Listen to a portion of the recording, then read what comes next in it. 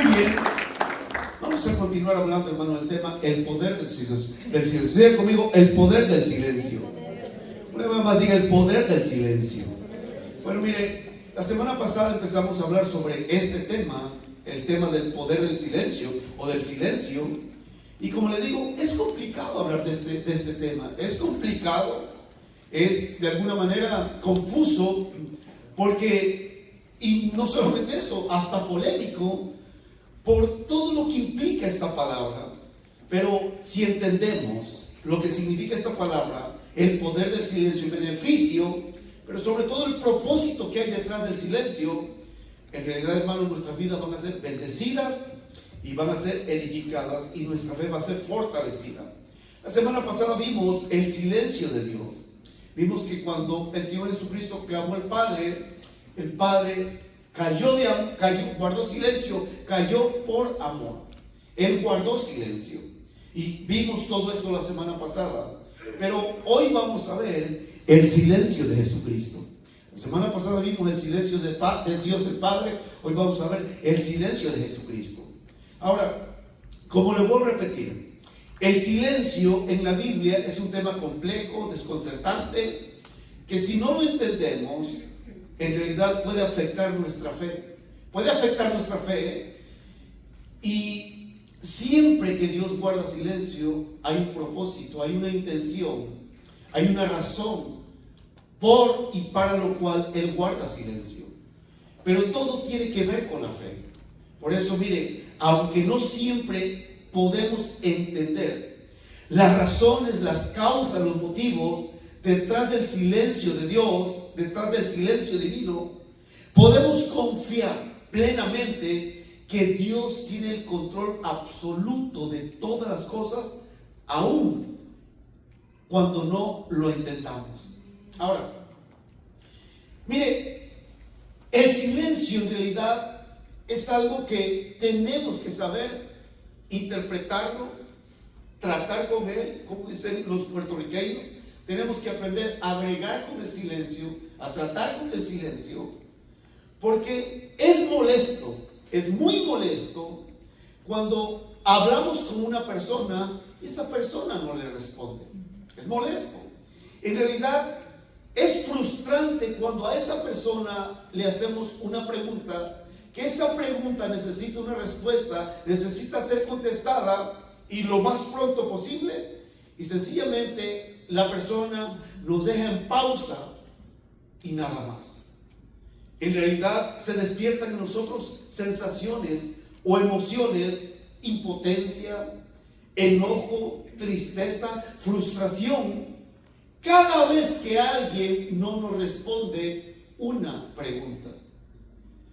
En realidad, cuando uno habla con alguien que hace una pregunta y esa persona guarda silencio, mire, dan ganas de gritarle al oído, ganas de agarrar por los hombros a esa persona, darle vuelta y decirle: te estoy hablando, no me estás escuchando, te estoy hablando. Y hermano, esa es una de las reacciones al silencio. Y de alguna manera, eso es una manera liberadora de imaginarlo. Porque uno diría: híjole, si a mí me da la espalda y yo. Pero, escuche, ¿qué pasa cuando la persona que queremos que nos responda es Dios? ¿Qué pasa cuando es Dios quien guarda silencio? A Él no podemos tomarlo por los hombros, podemos gritar, pero ¿sabe qué? Al final de cuentas puede que el silencio siga ahí. Y por eso el silencio de Jesucristo es muy interesante lo que vamos a ver en este día. Ahora, en esta escritura, en Mateo 15, 21 al 28, encontramos unas enseñanzas, pero tan extraordinarias, de el aparente silencio de Jesucristo. Así que vamos a analizar detalladamente esta escritura. Miren, aquí nos habla de un caso muy particular o muy peculiar por varias razones. El contexto nos dice que el Señor Jesucristo acaba de darle una enseñanza a los fariseos. y les dice lo que realmente contamina al ser humano. Pero el Señor, hermano, estaba tan atareado, eran tantas las personas que llegaban a Él, porque les hiciera un milagro, porque les diera de comer, porque les diera una enseñanza, por sanar a alguien, etcétera, que en esta parte, geográficamente hablando, el Señor sale de la zona geográfica que pertenecía a Israel y se va a una zona gentil. De hecho, Marcos dice que era una mujer sirofenicia. O sea, era un terreno geográficamente hablando fuera de lo que era el terreno de Israel. Y el Señor se va para allá, hermano, de alguna manera tratando de tomar un pequeño respiro, un pequeño descanso. Pero donde llegaba el Señor, hermano, siempre pasaba algo, siempre acontecía algo. Y en esta ocasión, hermano, era imposible que el Señor pasara inadvertido a ese lugar a donde él iba.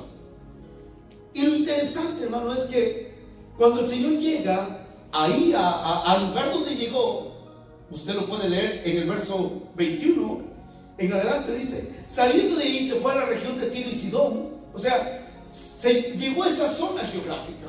Pero apenas entra, hermano, para que me lo entienda, hermano, voy a usar una analogía entendible. Haga de cuenta, hermano, que el Señor Jesucristo, haga de cuenta, era americano, gringo, pero está en Laredo, Texas. Pero del otro lado está Nuevo Laredo, Tamaulipas, ya es México. Entonces es tanta la demanda, hermano, porque el Señor atiende a la gente que le dice a los discípulos: ¿saben qué? Vamos a pasar al otro lado, vamos al otro lado. Entonces allá, hermano, allá ya llegaron las noticias de que ese personaje era una persona muy buena, era una persona poderosa, sanaba enfermos, alimentaba a la multitud, expulsaba demonios, resucitaba muertos. O sea, ya había llegado. Y allá, hermano, haga de cuenta, en Nuevo Laredo, Tamaulipas, o sea, la zona de México, que ya no es Norteamérica, pues el Señor dice: bueno, aquí voy a estar tranquilo. Pero apenas llegue a esa zona, ¡pum!, corre una mujer a su encuentro. Y eso fue lo que pasó aquí. El Señor geográficamente sale de la zona de Israel y se va a Tiro y Sidón. Y ahí, hermano, por eso la Biblia dice aquí: una mujer cananea. O sea, no era una mujer israelita, no era hebrea, no era judía, no pertenecía a la nación de Israel. Y esto es interesante, hermano, porque en cuanto esta mujer se enteró de la presencia de Jesús en su zona, inmediatamente lo viene a buscar. Pero ella no viene a buscar a Jesús en un beneficio para ella misma. Ella viene a buscar a Jesús porque ella sufría, porque veía sufrir a su hija. Claramente dice ahí, hermano, que le dijo a Jesús: mi hija es atormentada por un demonio. Y lo interesante de esto, hermano, es que mire, usted y yo, esto por favor, póngale atención. A usted y a mí esto no nos mueve el tapete para nada. A usted y a mí esto no nos provoca un sentimiento para nada. ¿Y sabe por qué? Porque ninguno de nosotros hemos visto a nuestros hijos poseídos literalmente por un demonio. Pero si vemos el contexto, hermano, claramente dice que la hija de esa mujer cananea era atormentada por un demonio. Y aquí quiero hacer un paréntesis, porque posiblemente, escuchen padres, nuestros hijos no están atormentados por un demonio, pero ¿qué los está atormentando? ¿Qué es lo que puede atormentar a nuestros hijos? ¿Sabe que hay muchas cosas que pueden traer tormento a nuestros hijos? No precisamente un demonio, pero como nuestros hijos son jóvenes, algo los puede estar atormentando. ¿Y sabe qué? Ni siquiera nos hemos dado cuenta. Puede que no se da cuenta que en ocasiones vemos a nuestros hijos medios tristes, medios desalentados. Y uno dice: ¿qué le pasa? Mire, puede que esté atormentado por un noviazgo, porque alguien lo rechazó. No sé, algo lo puede estar atormentando. El problema es que los padres ni cuenta se dan. Ni siquiera están atentos. ¿Qué puede estar atormentando a mi hijo? Ahora, yo creo, hermanos, en el contexto bíblico, que esta madre, esta mujer cananea, la Biblia no da el nombre, o sirofenice, como dice el evangelista Marcos, esta mujer, hermano, había hecho todo lo posible para que su hija fuera liberada de este demonio, pero nada le había resultado, absolutamente nada. Y mire, en realidad, ¿quién no va a acudir a Jesús ante una situación así? Obviamente todos. Y lo interesante es que esta mujer, hermanos, aunque era gentil o era medio cananea griega, era una mezcla, hermano, así de raza, esta mujer se acerca a Jesús y dice el verso 22: y aquí una mujer cananea que había salido de aquella región clamaba diciéndole: Señor, hijo de David, ten misericordia de mí, mi hija es gravemente atormentada por un demonio. Ahora, lo interesante de esto, hermano, es que esta mujer le dice hijo de David, o sea, le da un título mesiánico, lo reconoce como lo que era Jesús. ¿Cómo sabía que ella era ese personaje? Lo había escuchado, yo no sé, pero de que ella sabía. Ahora, cuando esta mujer, hermanos, llega a Jesús, cuando llega a la presencia de Jesús, ponga atención a esto, no significa que ella se acercó pronto así, hermanos, sino que le gritó a Jesús a cierta distancia. Ella le gritó a Jesús y ¿sabe qué? Le expuso a Jesús lo miserable de la condición de su hija. Le informa a Jesús, hermano, lo triste de la situación de su hija. Por eso, el verso 22 dice al final: mi hija es gravemente atormentada por un demonio. ¿Cómo quedó endemoniada esa muchacha? Mire, si yo le cuento el contexto histórico, en Canaán, hermano, había tanta idolatría, se adoraba tanto Dios, tantas cosas. La Biblia dice que detrás de cada ídolo o detrás de cada imagen se esconde un demonio. Ahí detrás de cada imagen, la Biblia claramente dice que detrás de cada imagen está un demonio. Entonces, cuando la gente dice: ay, lloró la imagen, pues está llorando un demonio, está tratando de confundir o de engañar a la gente. El caso es que esa muchacha, hermano, por alguna razón, no sé si jugó la Ouija, no sé si participó en una ocasión, esa hija de esa mujer estaba atormentada, poseída por un demonio. Cuando llega Jesús, le dice: Señor, fíjese cómo es la expresión con la que llega esta mujer. Dice el verso 22: Señor, hijo de David, ¿qué le dice? Ten misericordia de mí. O sea, vea esto. Claramente, hermanos, aquí hay un principio. Esta cananea se acerca a Jesús, hermano, de la manera correcta. ¿Por qué? Porque le expone su situación. Y algo muy importante, hermanos, miren, el tormento en el que está sometido un hijo de nosotros es una aflicción para cada padre. Pero quiero que entiendan esto, hijos: el sufrimiento de los padres también debía ser dolor para los hijos, porque somos una familia.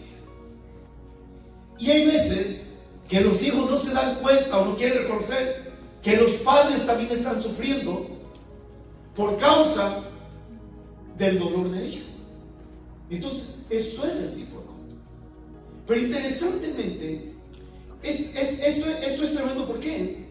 Porque, hermanos, miren, esta mujer pudo haber dicho, o voy a parafrasear esto: Dios, Señor Jesús, aunque está endemoniada, sigue siendo mi hija.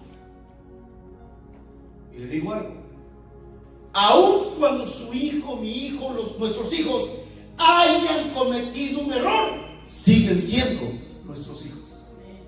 Aun cuando estén siendo atormentados, siguen siendo nuestros hijos.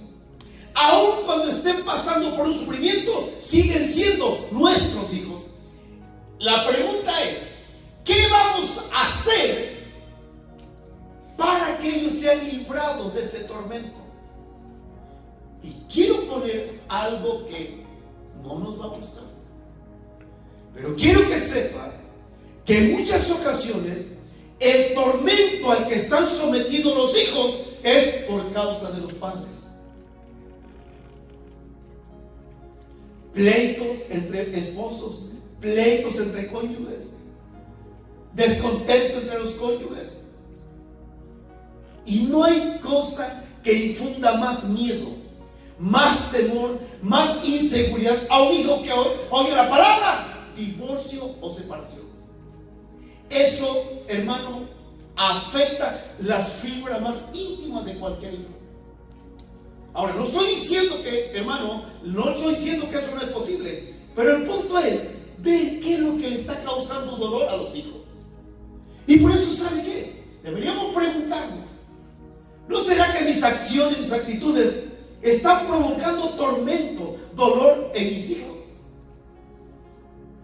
¿No será que mi conducta está provocando dolor, tormento en mis hijos? Ahora, denle la vuelta a la moneda. ¿No será que los hijos debían preguntarse, ¿no será que mi desobediencia, mi rebeldía está provocando sufrimiento en mis padres? Porque todo aquí podemos verlo desde diferentes puntos de vista. Pero lo interesante es que esta mujer dice: Señor, aunque esté endemoniada, es mi hija y la sigo amando.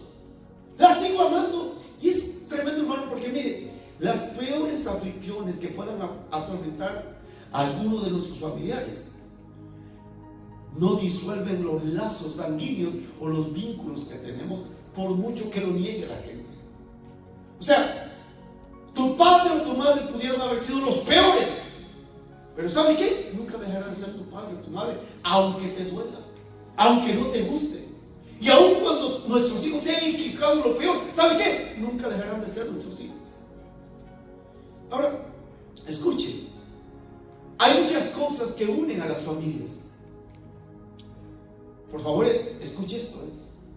Hay muchas cosas que unen a las familias. Pero ¿sabe qué? ¿Cuál es una de las cosas que más une a las familias? El dolor. Mire, nosotros somos responsables. Somos los que decidimos qué es lo que va a unir a mi familia. Puede ser mi desobediencia, mi rebeldía, hermano, lo que va a traer dolor a la familia. Y de alguna manera va a traer sufrimiento. Pero puede que una decisión correcta, ¿sabe qué? Traiga unidad y armonía a la familia. En este caso, lo curioso, hermano, mire, ¿dónde estaba el papá? ¿Dónde estaba el papá de esta jovencita endemoniada? ¿Dónde estaba? La Biblia no lo dice. Pero sabe que de alguna manera honra a esta mujer cananea. ¿Por qué? Porque al final de cuentas, si el papá no está, alguien tiene que salir en defensa por los hijos. Alguien tiene que sacar el pecho. Alguien tiene que ir a interceder por los hijos ante la persona correcta. Ahora, esta mujer se acercó de la manera correcta a Jesús. En realidad le dice: Señor, ten compasión de mí. Mire, esta mujer no llegó exigiendo. Y como decía hace un rato nuestro hermanito Celestino, ninguno de nosotros tenemos derecho de llegar reclamándole a Dios. Ninguno de nosotros somos dignos en nuestra propia justicia de exigirle a Dios. Todo lo que podemos recibir, todo beneficio de Dios, ¿sabe qué? Lo único que lo vamos a recibir es por gracia y misericordia. Amén. Ahora, mire, podemos encontrar otro principio aquí. Porque otro principio aquí es que el deber de todo padre es interceder por sus hijos. Quiero que por favor escuche esto, padre y madre. Si ahorita que sus hijos están pequeños, usted no intercede por ellos. Me acuerdo mucho que esta frase se la dijeron a la primera generación de estudiantes del instituto. A los estudiantes del instituto, la primera generación les dijeron: eduquen e instruyan a sus hijos ahora que son pequeños, para que no lloren por ellos cuando sean grandes. Y eso es lo que dice la Biblia. Si usted como padre y madre, ahora que sus hijos están bajo su autoridad todavía, no intercede por ellos, usted un día va a interceder, pero por otras razones y por otros motivos. Entonces, el deber de los padres es interceder por los hijos. Y siguiendo esta línea, esta mujer hizo lo correcto. Ella va con el Señor Jesús y era un caso muy grave, era una situación muy desesperante, era una situación que verdaderamente causaba dolor en esta mujer. Y cuando esta mujer va con el Señor Jesús, le dice claramente su situación, la condición miserable de su hija. O sea, le dice: Señor, ten compasión de mí, mi hija es atormentada por un demonio. Y sabe, creo que todo padre o toda madre, ante una situación así, lo que quiere, ¿sabe qué es? Escuchar: tranquila, ahorita la libero. Pero sorpresa, aquí entra el punto. Aquí aparece por la primera vez la palabra respuesta. Y aquí entra lo interesante, ¿no? ¿Por qué? Porque claramente dice en el verso 23: pero Jesús no le respondió palabra.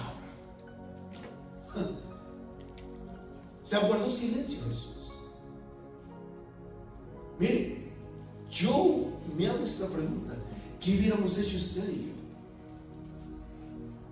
O sea, a lo mejor: Señor, apúrate por favor, Señor, pero no te tardes. O sea, usted va y le clama a Jesús. ¿Y sabe qué? El Señor responde con silencio. O sea, voy a ilustrar esto más o menos. Yo creo, vio a la mujer, nomás la miró y le dio la espalda. O sea, escuche el clamor de esta madre. Le dio la espalda. Y sabe, ahí va el grupo de discípulos con Jesús. Y usted lo puede ver en el verso 23. Dice que los discípulos le dijeron: ya, concédele lo que quiere, hombre. ¿No te das cuenta lo fastidioso que viene detrás de nosotros? Yo les digo algo, hermano. ¿Será que los discípulos intercedieron? De alguna manera, pero fue una manera incorrecta. Y aquí entra otro principio. Usted y yo podemos interceder, pero de la manera incorrecta. Porque sabe, al final de cuentas fue como algo despectivo. Ya, hombre, ya, qué molestia esta mujer. ¿Qué habrá pensado el Señor Jesús? Como los hijos de ustedes no están endemoniados, como ustedes no sufren lo que sufre esta mujer. ¿Sabe? Oigan, por favor entiendas esto. ¿Esta mujer era una molestia para Jesús o para los discípulos? Para los discípulos. Entonces, aquí, hermano, esta mujer es tremendo. ¿Por qué? Porque al final de cuentas, la primera respuesta que le da Jesús a esta mujer es como para desalentarla, como para decepcionarla. Porque claramente dice mi hermano, Jesús no le responde una palabra. Pero esta mujer sabía, esta mujer había escuchado, conocía que el Señor Jesucristo nunca respondía así. Es más, de hecho, hay otros casos, hermano, que al Señor Jesucristo ni le pidieron que interviniera. Como por ejemplo, cuando iba aquella mujer viuda que iba a enterrar a su hijo, la viuda de Naín.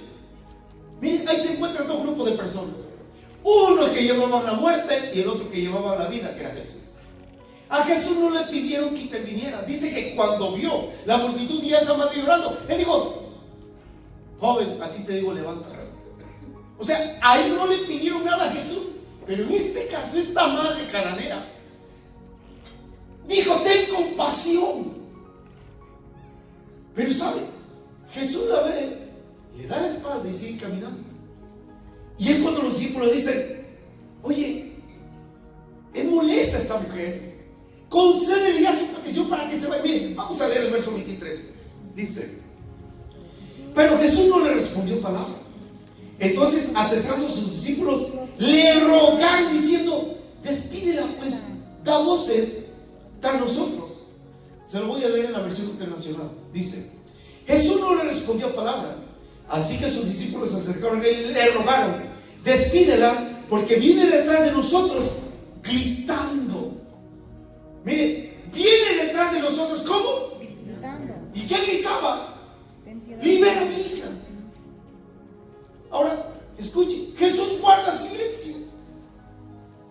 Y aquí, hermanos, es muy interesante, muy interesante. ¿Por qué? Porque mire, hay un contraste aquí. Mientras ella gritaba, Jesús guardaba silencio.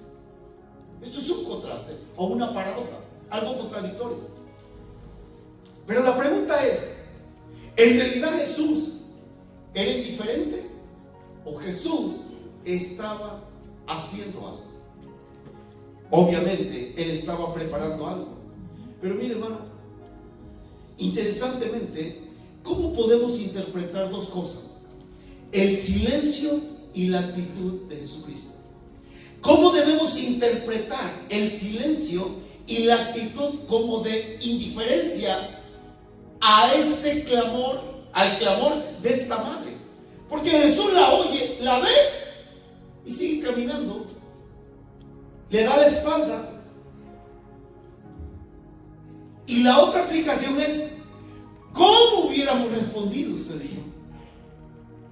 Dice que esta mujer, hermano, cuando Jesús le da la espalda, ella siguió caminando detrás, gritando. Y Jesús guardaba silencio. Esto, hermanos, ponga mucha atención. ¿Por qué? Porque mire, el silencio y la actitud de Jesús tenían una finalidad. Y es muy, muy interesante. ¿Por qué? Porque mire, al final de cuentas, esta mujer intensificó su intercesión. Esta mujer todavía intensificó el ruego por el beneficio de su hija. Y si usted está orando y parece que hay silencio, ore más, intensifique su oración, no se calle, no guarde silencio.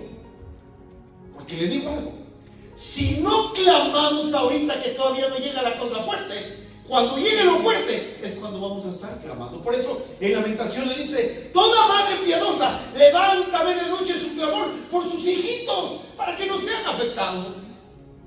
Entonces hay que aprender a interceder. Pero entonces, hermanos, miren, no toda oración oída es respondida inmediatamente. Jesús oyó a esta mujer, sí, pero no le respondió de manera inmediata. ¿Cuál era el punto? Siga orando, siga orando. Ahora, mire, ¿qué obstáculos tuvo que superar esta mujer para recibir respuesta a su petición? Bueno, primeramente, el obstáculo que esta mujer tenía que superar fue el aparente silencio de Jesús. Porque escuche, hermano, Jesús, el que estaba acostumbrado a responder inmediatamente la petición de los demás, el que siempre respondía aún cuando no se lo pidieran, de repente, en este caso, guarda silencio. Pero lo interesante, hermano, es que esta mujer, al ver que Jesús le da la espalda, no se haya indignado, no se haya enojado. ¿Por qué? Porque ella pudo haber pensado, ¿es esta persona la que me han dicho que hace tanto bien a los que claman a él? Este es ese personaje que dicen que resucitó muertos, que limpió leprosos, que liberó endemoniados. ¿Será esta misma persona? Y si es la misma persona, ¿por qué es tan indiferente a mi clamor? Digo, eso pudo haber pensado ella, pero ella no pensó eso. Ella ni siquiera, hermanos, se desalentó. De hecho, aquí entra algo más tremendo. Esto es interesante. ¿Por qué? Porque, hermano, cuando Jesús le da la espalda y que guarda silencio, entonces Jesús aparece por segunda vez la palabra respondió. Por eso, en el verso 24, en el verso 23, dice, pero Jesús no le respondió palabra. Entonces, acercándose a sus discípulos, le rogaron diciendo, despídela, pues la voz está en nosotros. 24, él respondiendo dijo, ahora aquí, escuchen, aquí no le responde a la mujer, aquí le responde a sus discípulos. Pero ¿quién cree que estaba escuchando? La mujer.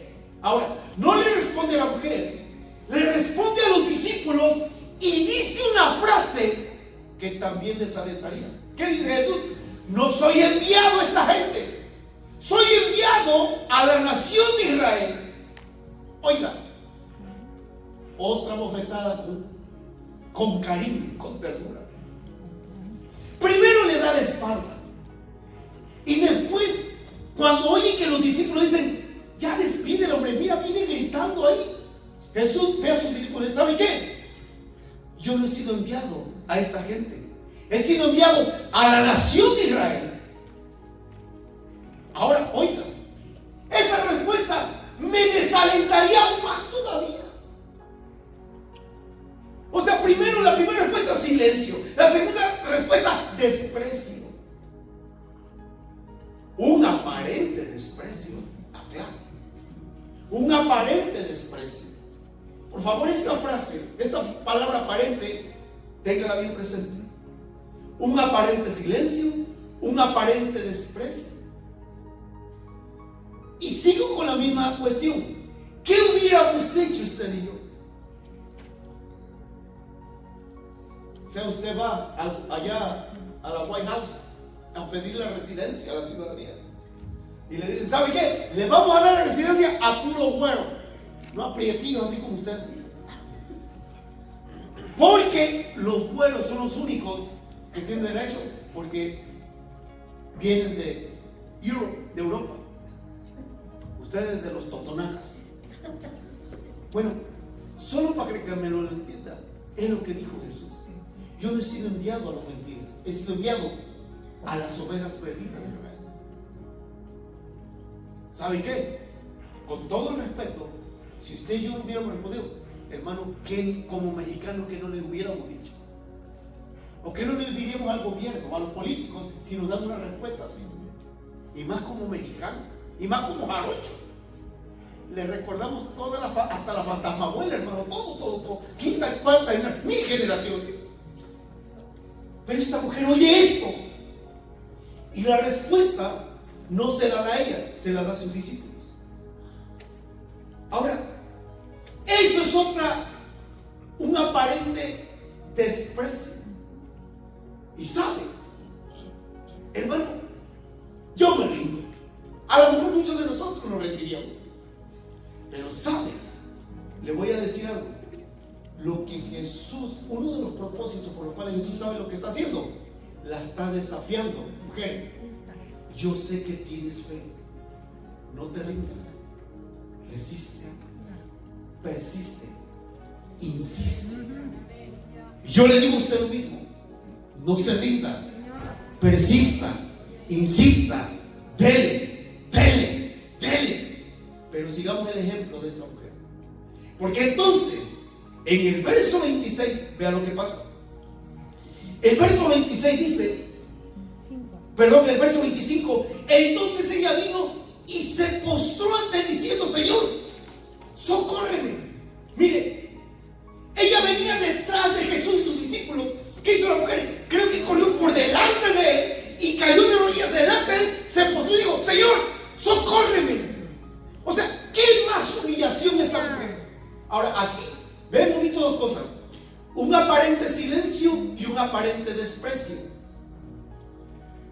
Entonces ella viene, hermano, y le dice a Jesús, Señor, socórreme, ayúdame a mí, Señor, yo necesito que tú intervengas en mi vida. Entonces, hermanos, aquí esta mujer ya superó un aparente silencio y un aparente desprecio.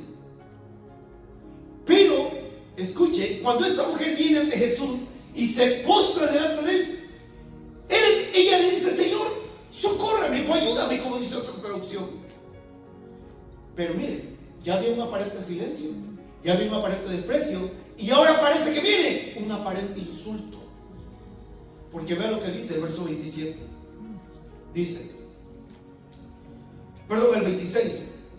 Respondiendo, aquí viene la siguiente. Respondiendo él, aquí sí, ya le dice a la mujer. Pero vea la respuesta que le dice a esa mujer necesitada. Respondiendo él, dijo, no está bien. Mire, le voy a dar una tarea teológica.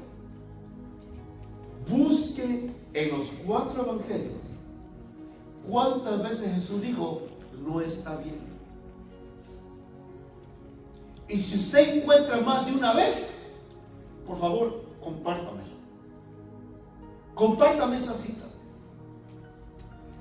Porque en toda mi concordancia, Armstrong, la única vez que Jesús dice, no está bien, es en esta parte.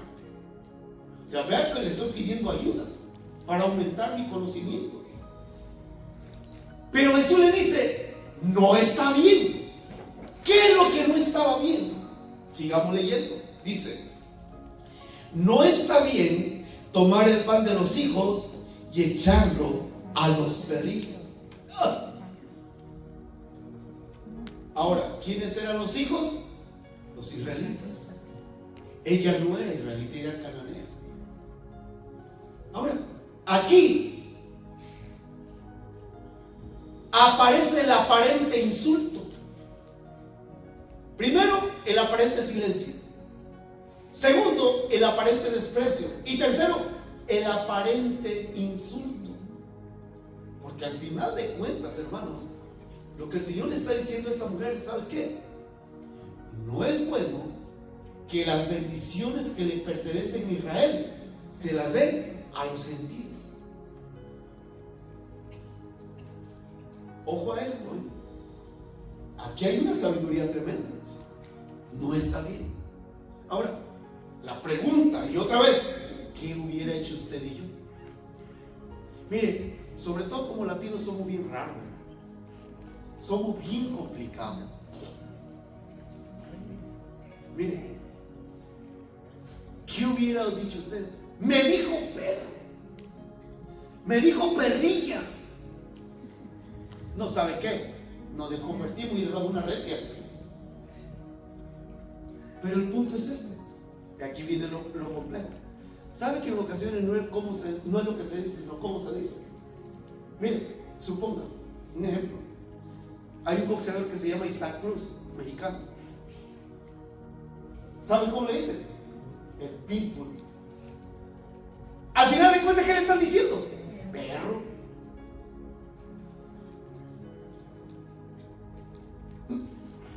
Pero si a usted mira, ¡hey, perro!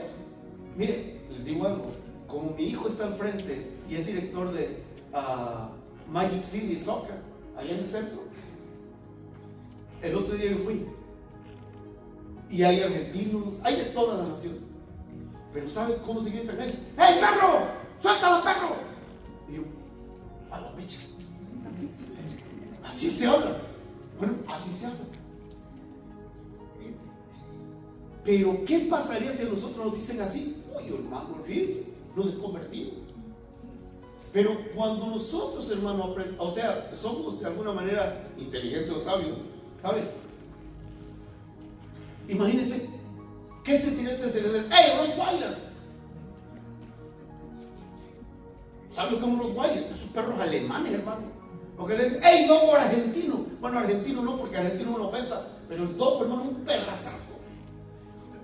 O si lo tomamos de manera chistosa, no, a mí dime Chihuahua. Porque si los mexicanos somos complejos. Estoy hablando de México, de otros países no sé. Pero el punto es que aparentemente Jesús insulta a esta mujer. Aparentemente le dice, mujer, no es bueno, las bendiciones que le pertenecen al pueblo de Israel te las de a ti. Ojo a esto. Pero el Señor Jesús estaba retando a esta mujer. Y vean, hermano, esto es lo tremendo. En realidad, ¿qué pudo haber pensado esta mujer? Menudo consuelo. Soy una madre angustiada, afligida, maltratada. Y no solamente no me contestó, no solamente me dio la espalda, ahora me está diciendo y me está ofendiendo y me está diciendo perrillo. Nunca fui tratada como me está tratando este tipo. Pero ¿sabe? Ella no dice eso. Ella no dice eso. Porque, hermanos, al final de cuentas, ella supera todos los supuestos tropiezos. Superó el aparente silencio, superó el aparente desprecio y superó el aparente insulto. Pero al final de cuentas nada de eso era verdad, porque el Señor conocía lo que había en el corazón de esa madre. E intencionalmente Jesús guarda silencio, intencionalmente Jesús le da la espalda, intencionalmente Jesús usa esas palabras para al final de cuentas honrarla a ella. Pero ¿de qué manera la honró? Bueno, mire, esta mujer, cuando le dice a Jesús, mujer, vean por favor el verso 26, dice, respondiendo, él dijo, no está bien tomar el pan de los hijos y echarlo a los perrillos. Pero el 27 dice, y ella dijo, ¿qué? Sí, ahora, vean lo interesante. Ella no dijo, no, Señor. Ella dijo, sí, Señor, estás en lo correcto. Tienes razón. Por favor, entiendas esto. Ella nunca contradijo a Jesús. ¿Saben por qué? Porque aún cuando Jesús dice, no está bien, es porque Él está bien. Porque es lo correcto lo que Él está diciendo. Jesús nunca se equivocó en sus palabras. Y si Jesús dijo, no está bien, es porque Él estaba en lo correcto. Entonces ella dice, sí, Señor, tienes razón. Señor, está diciendo la verdad. No te alego eso. Ni siquiera digo, ¿sabes qué, Señor? No. Yo no soy una perrilla, yo no soy un perrillo. No, está bien. No hay ningún problema. Pero el verso 27, hermano, está tremendo porque vean lo que dice. Y ella dijo, sí, Señor, pero aún los perrillos comen de las migajas que caen de la mesa de ¿qué? De sus amos. Vean, por favor. Hermano, aquí en esta parte la palabra perrillo no se refiere a esos perros roñosos callejeros. Se refería a los perros de los ricos que tenían en las casas. Y en los tiempos de Jesús, escuche esto, es muy interesante, porque en los tiempos de Jesús, en vez de usar servilletas, la migaja del pan, con eso se limpiaban las manos. Y que cuando esas migajas caían al suelo, ¿quién cree que se las comía? Las mascotas. Todo lo que esta mujer dijo, Señor, está bien, pero quiero que sepas algo, Señor. Aún con las sobras de bendición con las que me quieras dar, con eso es suficiente para recibir mi petición. Por favor, entiendas esto. Nunca trate de lograr el brazo a Dios, porque no lo va a lograr. Va a prolongar su proceso. El aparente silencio de Jesús, el aparente desprecio y el aparente insulto era el proceso. Ahí cantamos. Cantaré en el proceso. Alabaré en el proceso. Pero ¿qué es lo que está haciendo la iglesia cristiana? Quejándose en el proceso, llorando en el proceso, renegando en el proceso. ¿Y sabe qué? Dejamos la oración. Iglesia, yo te digo algo. Con todas las imperfecciones de las que somos netamente dueños, no dejes de orar. Porque va a llegar el día en que vas a estar aquí en el altar, pero con ese dolor angustiante por tu hijo, por tu hija. ¿Y saben por qué? Porque claramente la Biblia nos enseña que cuando un padre o madre ora, levanta muros de protección alrededor de sus hijos. Y aún cuando ellos se equivoquen, ¿sabe qué? Algo va a pasar que va a traer algo efectivo por tu oración. Pero si no quieres orar, déjame decirte, no quieres orar, al final de cuentas vas a orar, pero con más dolor y con más sufrimiento. ¿Por qué? Porque pudiste haber evitado muchas cosas, pero como creíste que no era necesario orar, pensaste que no era necesario orar, entonces al final de cuentas, ¿sabes cómo vas a terminar? Orando. Y bendita gracia a Dios que Él tiene misericordia. Pero el punto es este: Jesús guardó silencio, escuchen, para que esa mujer insistiera. En ocasiones el Señor parece que nos va a poner en hold, en pausa. ¿Y saben para qué? Para que nosotros sigamos insistiendo. Pero somos tan acelerados, somos tan desesperados. Señor, ya apúrate, ya, señora. Ahora mismo el Señor no tiene prisa. Señor no tiene un reloj como usted y el mío, un smartwatch. No, Él es el smart. Él es el inteligente, Él es el sabio. O sea, Señor, apúrate, Señor, porque me ahogo. No, usted no se va a ahogar, tranquilo. Pero ¿sabe qué tiene que hacer? Póngase a orar. Y lo interesante, hermano, mire, esta mujer superó todos estos obstáculos: el aparente silencio, el aparente desprecio y el aparente insulto. Por eso le digo algo, hermano: el silencio de Jesús siempre tiene un propósito y tiene una finalidad. Porque al final de cuentas, hermano, escuche esto: ¿qué hace el Señor Jesús con esa persona que había dicho que pertenecía a los perrillos? Vea lo que le voy a decir. Dice el verso 28, dice: entonces viene la otra, respondiendo Jesús. Ahora, ¿a quién le responde aquí? A la mujer. Vean lo interesante. Por eso les digo que cada vez que aparece la palabra respondiendo, se aplicó a una persona o a diferente situación. Pero aquí lo tremendo, hermano, es que el Señor Jesucristo dice: entonces, respondiendo Jesús dijo: oh mujer, ¿qué? Grande es tu fe. ¿Dónde vio Jesús la grandeza de esta mujer? Que no se rindió. En que a pesar de que él guardó silencio, ella seguía gritando. En que a pesar que le dio la espalda, ella lo siguió detrás de él. En que a pesar de que dijo: las bendiciones de Israel no son para ellos, ella vino y se postró ante él y dijo: sí, Señor. En que a pesar que él dijo que las bendiciones eran para ellos, no para los perrillos, él dijo: está bien, pero con la sobra de esa bendición es suficiente para mí. Y le digo algo: ahora en Cristo Jesús, usted y yo no recibimos obras, recibimos lo mejor del Padre, del Hijo y del Espíritu Santo. Pero ¿qué hay que hacer? Hay que clamar, no se desaliente, siga adelante, porque esa es la pura realidad. Ahora, déjenme le comparto algo, hermano. Mire, este caso se resumió en las siguientes palabras: ella acudió en contra del prejuicio. ¿A quién debía acudir? ¿Por qué? Primeramente, no eran de la misma etnia. Jesús era judío de cepa puro y ella era cananea. Segundo, prejuicio: una mujer no se podía arrimar, mucho menos a un rabino de la categoría de Jesús. Ella dijo: me importa un cuerno, yo me acerco a él.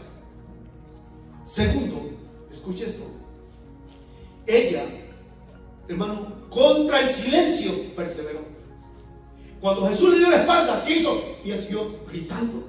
Es más, ¿sabe quién desesperó el último? No a Jesús, a los discípulos. Señor, ya nos tiene harto. O sea, yo creo que Pedro no se tapó la oreja y: ya, Señor, por favor, ya. Mire, le voy a decir algo. ¿Sabe que a veces que venimos a la oración y aquí va lo que pensamos? Ya no voy a poner mi petición porque a lo mejor ya cansé a los hermanitos. No, hermano, no piensa eso. Si sea necesario, cada 8 días pongo la misma petición, hasta que sea realidad. Porque usted cansará a los discípulos, pero a Jesús no lo cansa. A él no lo cansa. Entonces, hermano, ella perseveró a pesar del silencio. Siguiente cosa: contra la expulsión avanzó. O sea, cuando los discípulos dijeron: ¿saben que ya nos tiene harta, ya, concédelo? Ella dijo: voy a seguir. Pero otra, contra el desaire, ella ganó. O sea, fue un desaire el que Jesús dijera: lo siento, mujer, el pan de los hijos es para los hijos, no para los perrillos. Él dijo: sí, Señor, pero con la pura sobra es suficiente para mí. Y cuando Jesús dice: oh mujer, ¿saben qué, hermano? Varones, ¿saben qué me hubiera gustado? Que era: hombre. Atento, hermano, por ahí, porque a la mujer viene la enseñanza. Me hubiera gustado que dijera: oh varón. ¿O sabe qué? También hubiera sido: oh joven, u oh jovencita. Pero se refiere a una mujer. Oh mujer, qué fastidiosa eres. Él no le dice eso. Él dice: oh mujer, ¿qué? Ahora, espérame, aquí viene otro misterio. Quiero que por favor me ayuden y busquen su Biblia y me compartan esa información. ¿Cuántas veces Jesús dijo, grande es? Porque saben, Jesús siempre dijo, el grande es Dios, el grande es Dios, el grande es Dios. Pero aquí, en sus palabras, le dice Jesús a esta mujer cananea, oh mujer, grande es tu fe. Pero es interesante, ¿cómo era la fe de esta mujer? ¿En quién había creído? En el verdadero grande, en Jesús. Porque usted puede creer en lo que usted quiera, pero si no le cree a Jesús, su fe es vana, no sirve de nada. Y vea lo tremendo, le dijo Jesús a esta mujer, grande es tu fe. Pero escuche esto, hermano, porque aquí viene lo tremendo. ¿Sabe que solo en 2 ocasiones Jesús, hermano, admiró la fe en 2 personas y que ninguna de esas personas era israelita? Al centurión romano y a esta mujer. ¿Sabe lo que a mí me dice aquí? Que de alguna manera está honrando a los gentiles y está diciéndole a los hijos, ¿cómo es posible que esta mujer, que no es cristiana, tenga más fe que ustedes, que se dicen ser cristianos? El Señor puede decir, ¿cómo es posible que los musulmanes que no creen en el Dios verdadero oren más que aquellos que dicen creer en el Dios verdadero? ¿Cómo es posible que los que no son cristianos confíen más en sus ídolos cuando ustedes dicen que tienen la verdad? ¿No creen que es para reflexionar esto? Y por eso Jesús le dice, oh mujer, grande es tu fe. Hágase como yo quiero. ¿Qué le dice Jesús? A ver, verso 28. Oh mujer, grande es tu fe. Hágase contigo ¿qué? Como quieres. ¿Y qué es lo que quería? Dice, y su hija fue sanada desde aquella hora. ¿Cuándo fue sanada? Ahora, ¿cuál fue esa hora? Desde que Jesús le dijo, grande es tu fe. Iglesia, ante el aparente silencio, ante la aparente, le dije 3, el aparente desprecio y el aparente insulto, no dejemos de orar. ¿Sabe por qué?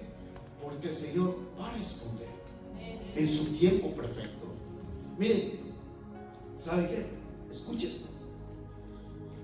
El silencio de Jesucristo responde a un solo propósito. Y se lo voy a poner de una manera muy sencilla. Muy sencilla.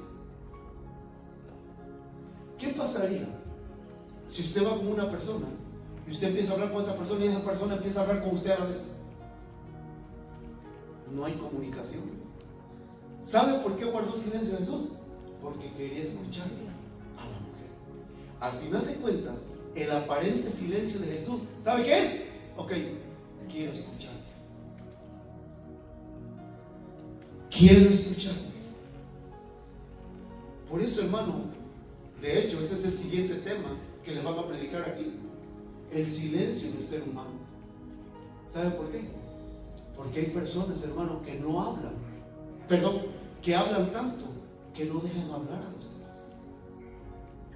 Por eso Proverbios dice, hasta el necio se le toma como sabio cuando guarda silencio. Es el siguiente tema. Pero lo interesante, hermano, es que el silencio de Jesucristo responde a un solo propósito: escucharnos. Escucharnos. ¿Por qué? Porque es en esos momentos cuando Él pone atento su oído a nuestro clamor, a nuestro ruego, a nuestra súplica. Quiero que vean una escritura en la pantalla. Salmo 88, 1 y 2 dice: oh Jehová, Dios de mi salvación, día y noche clamo delante de ti. Llegue mi oración a tu presencia, inclina tu oído a mi clamor. Oye, ¿se da cuenta? Por eso, iglesia, la fe, escuchen, la fe la fe tiene un idioma que solo el silencio de Dios entiende. Filosofía pura. La fe tiene un idioma que solo el silencio de Dios entiende. ¿Por qué? Jesús lo aplicó. Cuando esta mujer clamó, Él no le respondió palabra. ¿Sabe por qué? Porque Jesús sabía que esa mujer tenía la fe, la capacidad para recibir lo que ella tanto necesitaba. De hecho, a tal grado, oiga, muchos dicen, Jesús le apreció a esa mujer. No, al final de cuentas Jesús honra a esta mujer, declarando dos cosas. Lo primero, mujer, grande es tu fe. Segundo, como tú quieras, se ha hecho. Wow. ¿Y dónde estuvo la clave? Que esta mujer no dejó de orar, no dejó de orar y no dejó. ¿Saben? Le digo algo, no dejé de orar. Aun cuando los intercedores digan otra vez el hermano con su misma cantaleta, no deje de orar. No deje de orar. Mire, aun cuando parezca que el cielo se hizo de hierro, no deje de orar. Porque cuando Dios guarda silencio, ¿cómo dice la canción? Es que está trabajando. Es porque Él está trabajando. Él está haciendo algo. Así que en el silencio de Dios, alabe a Dios, adore a Dios, póstrese ante Él. Porque, amables oyentes, iglesia, el Señor Jesucristo está atento al clamor de todo ser humano. Amén, amén. Por eso Él dijo: todo lo que pidas al Padre en mi nombre, yo lo haré. ¿Para qué? Para que el Padre sea glorificado. ¿Sabes? Mira, la gloria es para el Padre. ¿Y para quién la bendición? Para mí. Yo disfruto la bendición y la gloria es para mi Padre. Por eso le digo, hermano, Dios nos sorprende más de lo que nosotros podemos imaginar. Así que, ¿qué tiene que hacer? Siga orando. Aunque parezca que hay silencio, siga orando. Porque esta mujer superó el aparente silencio, el aparente desprecio y el aparente insulto, pero al final de cuentas fue honrada por el mismo Señor Jesucristo, que le dijo: oh mujer, grande es tu fe, sea como tú lo has querido. Así que si usted quiere que las cosas sean como su alma lo anhela, ¿qué tiene que hacer? Ejercite su fe, siga adelante, no se detenga. ¿Sabe por qué? Porque Dios responde. Amén. ¿Cuánto entendimos? Le damos un aplauso a Dios. Fuerte el aplauso para el Señor. Ahora, vamos a terminar este servicio, pero la pregunta es: ¿cuál es su petición? ¿Cuál es su necesidad? Yo no la sé. ¿Y sabe qué? No quiero saberla, no sé qué, yo como los discípulos.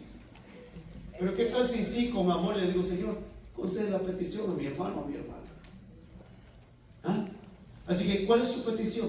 Yo no la sé, pero Dios la sabe. ¿Y sabe qué? Él está dispuesto a galardonar nuestra fe, a premiar nuestra fe. Así que vamos a ponerse en pie, pero quiero que se lleven esta reflexión. Madres, madrecitas queridas, a todas las madres les quiero decir algo. ¿No se da cuenta del clamor de esta mujer, de esta madre, para que su hija fuera bendecida? Usted como madre está clamando por la bendición de su hijo, de su hija. Pero pongámonos en esa posición, padres. Dios ha llamado al varón a ser sacerdote. Y si tú piensas que no vamos a dar cuenta por el sacerdocio, sí lo vamos a dar. Por eso yo te digo, toma tu posición. La mujer no es cabeza, la mujer es ayuda idónea.